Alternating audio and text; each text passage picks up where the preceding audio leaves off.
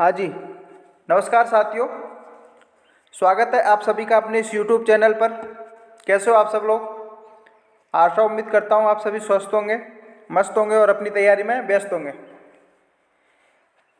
दोस्तों, आप सभी को पता ही है कि 22, 23, 24 का आपका CET एग्ज़ाम होने वाला है। बहुत कम समय आपके पास बचा है।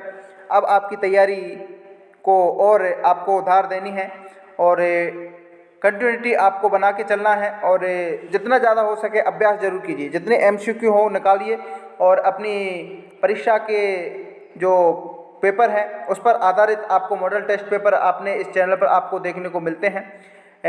रोज़ाना रेगुलर आपको इम्पोर्टेंट क्वेश्चन की क्लास और मॉडल टेस्ट पेपर की क्लासें अपने चैनल पर ज़बरदस्त क्वेश्चंस के साथ मिलती हैं, जो कि परीक्षा में आने वाले प्रश्न आपको देखने को मिल जाएंगे। इस क्लास में अपना जो मॉडल टेस्ट पेपर 11 है वो होने वाला है। इससे पहले पूरे 10 मॉडल टेस्ट पेपर अपन हल कर चुके हैं।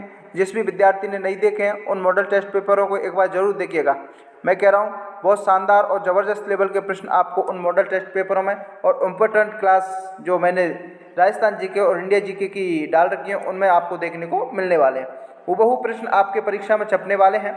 आज की अपनी जो क्लास है वो संपूर्ण मॉडल टेस्ट पेपर रहता है, अपना संपूर्ण पाठ्यक्रम पर आधारित रहता है। इसमें राजस्थान जीके आपको देखने को मिलेगी, इंडिया जीके के प्रश्न आपको देखने को मिल जाएंगे, विज्ञान, कंप्यूटर, हिंदी, इन सभी सब्जेक्टों से संबंधित प्रश्न आपको देखने को मिलने वाले हैं। 100% परीक्षा में छपने वाले प्रश्न आपको देखने को मिलेंगे। क्लास बहुत शानदार और ज़बरदस्त होने वाली है। बिल्कुल कहीं स्किप नहीं करना है, कहीं जाना नहीं है। एक बार क्लास को पूरा जरूर देखो, उसके बाद आपको पता चलेगा हाँ भाई मज़ा आ गया। बहुत शानदार और ज़बरदस्त प्रश्न आपके इस क्लास में रहने वाले हैं।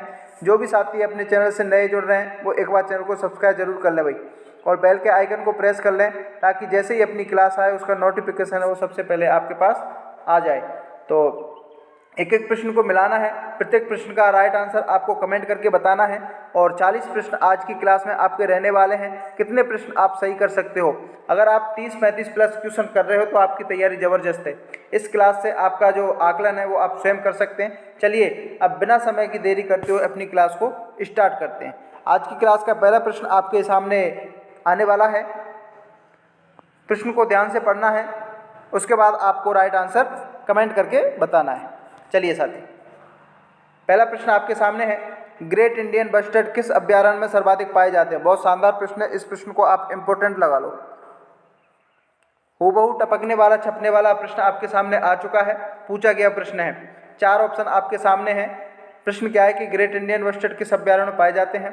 ऑप्शन नंबर ए आपका नाहरगढ़ है, ऑप्शन नंबर बी आपका चंबल है, ऑप्शन नंबर सी आपका शेरगढ़ है और ऑप्शन नंबर डी आपका सरिस्का है। देखिए साथियों, ग्रेट इंडियन बस्टर्ड को अपन गोडावन कहते हैं। क्या कहते हैं? गोडावन। और आप सभी को पता ही है कि जो गोडावन है वो अपना राज्य पक्षी है। क्या है भाई? राज्य पक्षी। ध्यान रखना है। देखिए, अपनी क्लास की खासियत रहने वाली है और हमेशा रहती है कि आपका एक प्रश्न नहीं, उस प्रश्न से संबंधित 4 से 5 प्रश्न आपके कंप्लीट और क्लियर रहने वाले हैं। तो ध्यान से देखना है, इससे बाहर आपको कुछ देखने को नहीं मिलने वाला है। अब आपसे प्रश्न ये पूछा जाता है कि ये सर्वाधिक कहाँ पाए जाते हैं। तो देखिए, सर्वाधिक की बात की जाए ना तो ये आपके पश्चिमी मरुस्थल में आपको देखने को मिलते हैं। आपका एक अभ्यारण्य है, मरु उद्यान अभ्यारण्य। कौन सा उद्यान है? मरु उद्यान अभ्यारण्य है, उसमें आपको ये सर्वाधिक देखने को मिलने वाले हैं। साथ साथ एक और अभ्यारण्य आता है आपका सरिस्का अभ्यारण्य। कौन सा अभ्यारण्य आता है? सरिस्का अभ्यारण्य में भी इनकी संख्या आपको देखने को मिलती है। यहाँ पर अब ऑप्शन पर डिपेंड करता है, क्योंकि यहाँ पर इस प्रश्न में जो ऑप्शन दिए हैं उसमें मरु उद्यान ऑप्शन आपको देखने को नहीं मिल रहा है। जब मरु उद्यान देखने को नहीं मिले तो आपको कौन सा करना पड़ेगा? सरिस्का अभ्यारण्य आपको करना पड़ेगा। तो इस क्वेश्चन का राइट आंसर क्या हो जाएगा? डी हो जाएगा। जितने भी साथी डी कमेंट कर रहे हैं वो यहाँ पर सही रहने वाले हैं। अब देखिए, मैं आपसे एक प्रश्न यहाँ पूछ रहा हूँ कि जो सरिस्का अभ्यारण्य है वो कहाँ पर पड़ता है, इसका आप कमेंट करके बताएं। इसके साथ साथ ये भी बताना है कि जो गोडावन है ना, गोडावन का राज्य पक्षी है वो कब राज्य पक्षी का दर्जा है वो कब दिया गया था? तो ये दिया गया था आपके 1981 में। भाई ये प्रश्न पूछा जाता है, काफ़ी बार पूछा गया है, इसलिए अपन को भी इस चीज़ को ध्यान में रखना है कि जो गोडावन है उसको ग्रेट इंडियन बस्टर्ड कहा जाता है हमारा राज्य का राज्य पक्षी है। हमारे राज्य का राज्य पक्षी को दर्जा कब दिया गया था? तो 1981 में दिया गया था। अगर इसके उपनाम की बात करें, किसकी बात करते हैं? उपनाम की बात करें तो इसके उपनाम भी अपन यहाँ पर देखने को मिल जाएंगे। जैसे मालमोरनी इसको कहा जाता है। क्या कहा जाता है भाई? मालमोरनी। उसके बाद इसको सोहन चिड़िया भी कहा जाता है। क्या कहा जाता है भाई? सोहन चिड़िया भी इसको कहा जाता है। इसके साथ साथ हुकना पक्षी भी इसको कहा जाता है। क्या कहा जाता है? हुकना पक्षी भी इसको कहा जाता है। ध्यान रखना है साथी, प्रत्येक प्रश्न का आंसर आपको ध्यान में रखना है। ये जो भी मैं इनके संबंधित रिलेटेड जो फैक्ट बता रहा हूँ, ये परीक्षा में पूछे गए फैक्ट हैं, तो इन चीज़ों को आपको ध्यान में रखना है, ठीक है ना। वैज्ञानिक नाम की पूछे तो वैज्ञानिक नाम इसका आता है ऑर्डियोटिप्स नाइग्रेसिप्स। क्या आता है भाई? ऑर्डियोटिप्स नाइग्रेसिप्स आता है। कहीं कहीं आपको नवीन चरकिया भी देखने को मिल जाएगा, ठीक है ना भाई। समझ में आ गया ना? चलिए, समझ में आ गया तो एक बार लाइक ज़रूर कर दें, क्लास को शेयर कर दें अपने दोस्तों को। जो साथी अपने चैनल पर नए हैं वो सब्सक्राइब जरूर कर लें। इस प्रकार के आपके फैक्ट से संबंधित प्रश्न, एक प्रश्न से संबंधित 4 से 5 प्रश्न अपने क्लियर होने वाले हैं, तो अपने इस चैनल से जुड़ना ना भूलें। निश्चित तौर पर आपको काफ़ी फायदा मिलने वाला है। साथ ही साथ जो पशु परिचर भर्ती की तैयारी कर रहे हैं उन विद्यार्थियों के लिए अपन topic wise test series start करने वाले हैं। अभी फोकस अपना सीईटी एग्जाम पर है। एक बार सीईटी एग्जाम हो जाए उसके बाद पशु परिचर भर्ती की तैयारी अपन करवाने वाले। चलिए अगला प्रश्न देखिए। अगला प्रश्न है, आकल वन अभिलेख पार्क किस प्रकृति क्षेत्र में स्थित है? बताओ भाई। प्रश्न को ध्यान से पढ़ना है सभी साथियों को, प्रश्न को ध्यान से पढ़ना है, उसके बाद राइट आंसर बताना है। Option number A Jhunjhunu, option number B Jhalawar, option number C Barmer, option number B Jaisalmer. बताओ भाई। तो जो आपका आकल वन अभिलेख है ना, ये आपके जैसलमेर में देखने को मिलेगा। कहाँ मिलेगा भाई? जैसलमेर में। अब जैसलमेर में इस कौन से मरु उद्यान में, कौन से अभ्यारण्य में? तो ये आपका मरु उद्यान है। जैसलमेर और बाड़मेर में आपको देखने को ये मिलता है, ठीक है ना। चलिए, आकलवुड पोसल्स पार्क यहाँ आपको देखने को मिल जाएगा। क्या मिल जाएगा? आकलवुड पोसल्स पार्क, ठीक है ना। चलिए, तो इस क्वेश्चन का राइट आंसर क्या हो जाएगा? डी हो जाएगा। डी कमेंट करने वाले सभी विद्यार्थी आपके यहाँ पर सही रहने वाले हैं। आपका जो मरु उद्यान है वो सबसे बड़ा अभ्यारण्य आपका माना जाता है, ठीक है ना। इसका नाम राष्ट्रीय मरु उद्यान आपको देखने को मिलेगा, लेकिन ये राष्ट्रीय का दर्जा इसको नहीं दिया गया है, ओनली अभ्यारण्य आपको देखने को मिल जाएगा। चलिए अगला प्रश्न देखो। अगला प्रश्न है, रेजांगला युद्ध स्मारक स्थित है। बताओ भाई। इंडिया जीके से प्रश्न आ गया। मैं क्लास के शुरू में ही मैंने बोल दिया था कि इसमें आपके India GK, Rajasthan GK, Hindi, computer और विज्ञान सभी सब्जेक्टों से प्रश्न आपको देखने के मिलेंगे। सीईटी में पूछा गया प्रश्न है 12th लेवल का। रेजांगला युद्ध स्मारक कहाँ स्थित है? 4 ऑप्शन आपके सामने हैं, तो इस क्वेश्चन का राइट आंसर आपको बताना है। तो चलिए बताइए भाई, इस क्वेश्चन का राइट आंसर कमेंट करके बताना है सभी को।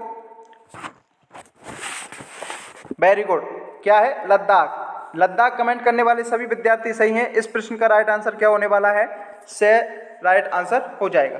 से कमेंट करने वाले जितने भी विद्यार्थी वो सही रहने वाले हैं। चलिए अगला प्रश्न देखिए भाई। अगला प्रश्न क्या कह रहा है? अगले प्रश्न को ध्यान से पढ़ना है साथी। प्रत्येक विद्यार्थियों को प्रश्न को ध्यान से पढ़ना है, उसके बाद ही कमेंट करना है भाई। पृथ्वीराज विजय किसकी रचना है? बहुत शानदार प्रश्न है, पूछा गया प्रश्न है। इस प्रश्न को आप इंपॉर्टेंट लगा लो जितना मर्जी आए, ठीक है ना। पृथ्वीराज विजय है वो आपकी किसकी रचना है? बताओ भाई, कमेंट करके बताओ। तो ये आपकी जयानक की है भाई। किसकी है? जयानक। जयानक कहाँ है? बी पर है, तो बी को पकड़ लो और क्या कर दो? लॉक कर दो। अब मुझे बताओ, ये जयानक थे वो किसके दरबारी कवि थे? तो ये आपके पृथ्वीराज चौहान तृतीया। कौन थे? पृथ्वीराज जो चौहान है, पृथ्वीराज चौहान तृतीया के ये दरबारी कवि थे।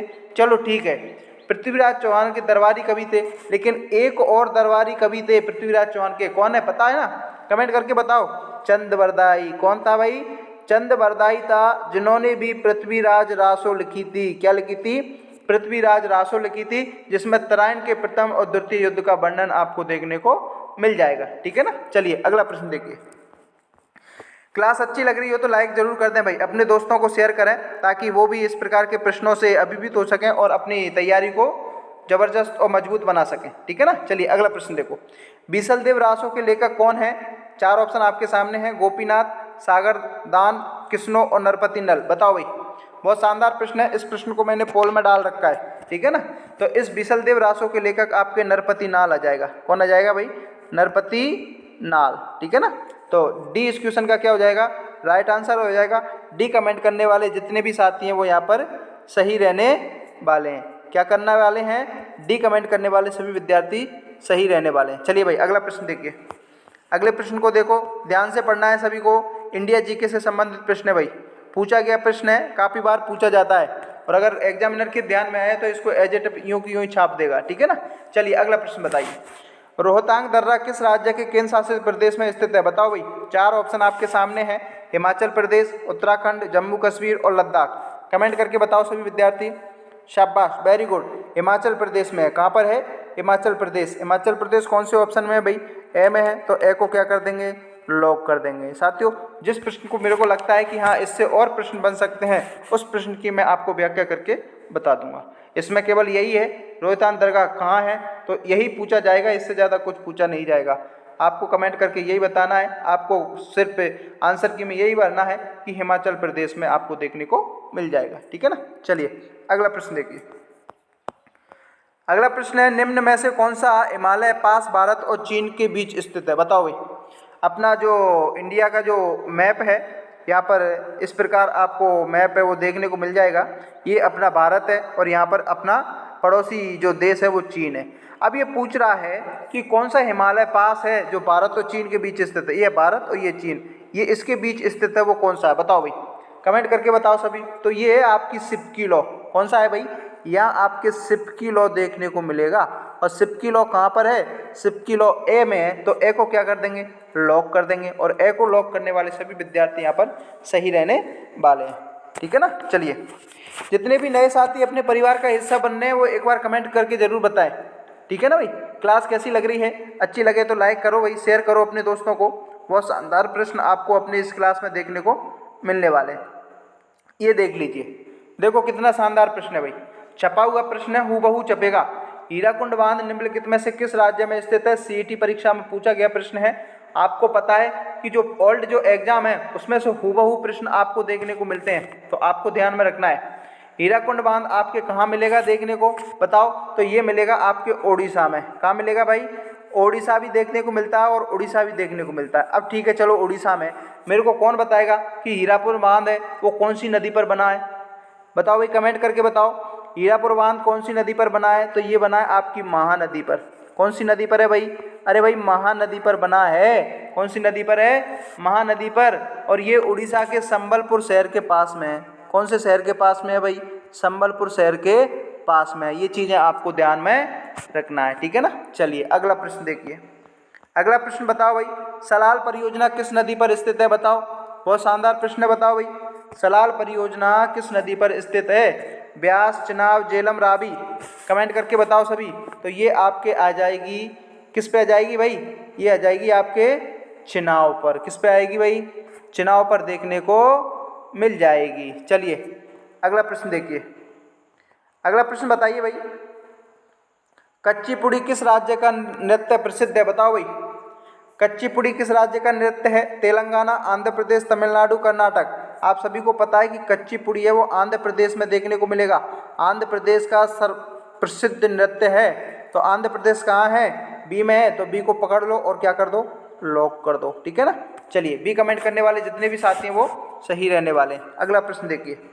अगला प्रश्न बताइए भाई, असम का नृत्य पूछ रहे हैं यहाँ, किसका है, असम का नृत्य कौन सा है। तो असम का बिहू नृत्य आएगा भाई। कौन सा नृत्य आएगा, बिहू नृत्य असम का प्रसिद्ध है। और बिहू कहाँ पर है, डी में है, तो डी को क्या कर दो, लॉक कर दो। और लॉक करके क्या कर दो, डी को लॉक कर दो। चलिए अगला प्रश्न देखिए। अगला प्रश्न देखो, सत्रिय नृत्य किस राज्य से संबंधित है, बताओ भाई। आपका सत्रिय नृत्य है वो किससे संबंधित है। राजस्थान पुलिस कांस्टेबल भर्ती परीक्षा में पूछा गया ये प्रश्न है भाई, बताओ। 4 ऑप्शन आपके सामने हैं, अरुणाचल प्रदेश, असम, सिक्किम और नागालैंड। तो ये सत्रिय नृत्य भी आपके असम में देखने को मिलता है। कहाँ मिलता है, असम में देखने को मिलता है। बी इस क्वेश्चन का राइट आंसर हो जाएगा। विकल्प नंबर बी इसका सही रहने वाला है। जितने साथी बी कमेंट कर रहे हैं वो सभी सही हैं। एक बार सभी साथी कमेंट करें भाई, प्रश्नों के आंसर दें कमेंट करके, और लाइक करो, क्लास को शेयर करो अपने दोस्तों को। देखिए कितना ज़बरदस्त प्रश्न है आपके सामने। आरएएस में पूछा गया प्रश्न है 2023 में। ये क्या कह रहा है कि राष्ट्रीय बाघ संरक्षण प्राधिकरण ने राजस्थान के 5वें बाघ अभ्यारण्य का दर्जा निम्न में से किस अभ्यारण्य को प्रदान किया था। कितना जबरदस्त प्रश्न है, बहुत शानदार प्रश्न है। देखिए आपके जो राष्ट्रीय बाघ अभ्यारण्य थे ना, पहले 3 थे। कितने थे? 3। फिर इसके बाद एक और बनाया तो 4 हो गए। अब 4 के बाद फिर एक और बना दिया तो वर्तमान में कितने हैं? अब 5 हैं। वर्तमान में कितने हैं भाई?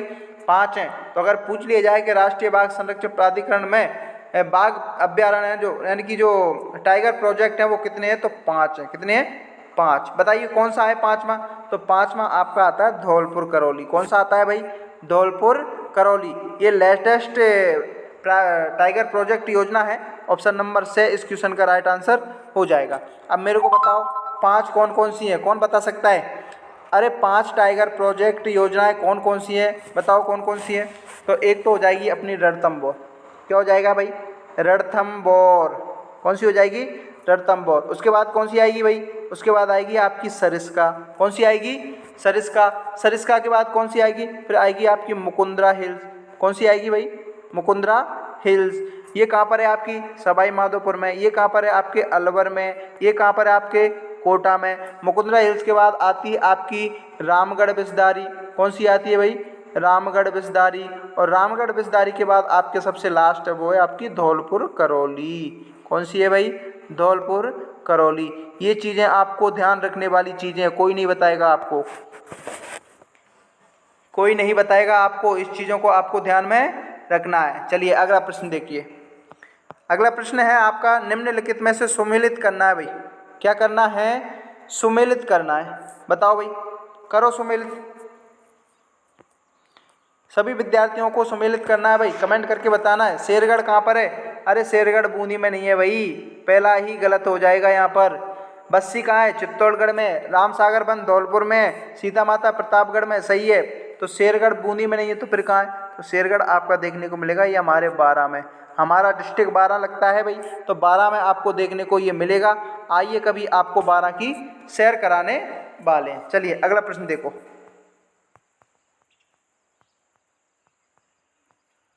अगला प्रश्न देखो सभी।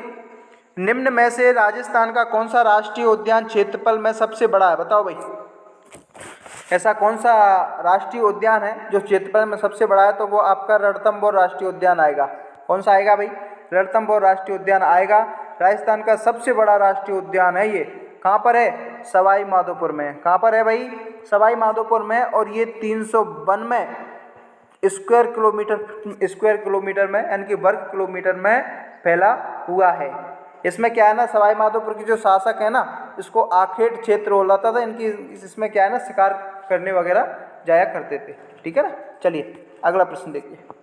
अगला प्रश्न देखिए भाई, उड़न गिलहरी का वास्य है। बताओ भाई, उड़न गिलहरी कहाँ पाई जाती है? कमेंट करके बताओ सभी। तो उड़न गिलहरी आपके कौन से अभ्यारण्य में पाई जाती है? जवार सागर, सीता माता, कुंभलगढ़, टौड़गढ़ रावली अभ्यारण्य। बताओ, सभी को पता होना चाहिए। उड़न गिलहरी आपके सीता माता अभ्यारण्य में पाई जाती है। सीता माता अभ्यारण्य कहाँ है भाई? प्रतापगढ़ में। कहाँ पर है? सीता माता अभ्यारण्य आपके प्रतापगढ़ में देखने को मिल जाएगा। सीता माता अभ्यारण्य प्रतापगढ़ में। प्रतापगढ़ में सीता माता अभ्यारण्य में कौन सी गिलहरी प्रसिद्ध है? उड़न गिलहरी प्रसिद्ध है। ये सर्वाधिक आपको महुओं के पेड़ पर देखने को मिलेगी। कहाँ मिलेगी भाई? जो महुए के पेड़ होते हैं ना, उन पर आपको देखने को मिल जाएगी। अब मुझे बताओ इसका वैज्ञानिक नाम क्या है? तो इसका वैज्ञानिक नाम आएगा टेरोमाइनी। क्या आएगा? इस उड़न गिलहरी का वैज्ञानिक नाम आपको ध्यान में रखना है। इसका वैज्ञानिक नाम रहेगा टेरोमाइनी। क्या रहेगा भाई? टेरोमाइनी। विशेष रूप से ध्यान रखना है। ठीक है ना। चलिए अगला प्रश्न देखिए। अगला प्रश्न देखो, निम्नलिखित में से कौन सा कोटा में स्थित टाइगर रिजर्व के लिए प्रसिद्ध है? बताओ, कोटा में ऐसा कौन सा है जो टाइगर रिजर्व के लिए प्रसिद्ध है? तो वो है मुकुंदरा रिजर्व पार्क। कौन सा है? मुकुंदरा रिजर्व पार्क कोटा में है। नारगढ़ आपके कहाँ पर जाएगा भाई? जयपुर में आएगा। कौन से में आएगा? केवला देव आपका कहाँ जाएगा भाई? भरतपुर में आ जाएगा। पक्षियों की शरण स्थली इसको कहा जाता है। चलिए अगला प्रश्न देखिए। अगला प्रश्न बताओ भाई कमेंट करके। 18वें क्वेश्चन का राइट आंसर बताएं सभी विद्यार्थी। कमेंट करें भाई, कमेंट करके जरूर बताएं। और जितने भी साथी अपन से जुड़ रहे हैं वो लाइक जरूर कर दें एक बार। जितने भी साथी जुड़ रहे हैं लाइक कर दें, क्लास को शेयर कर दें।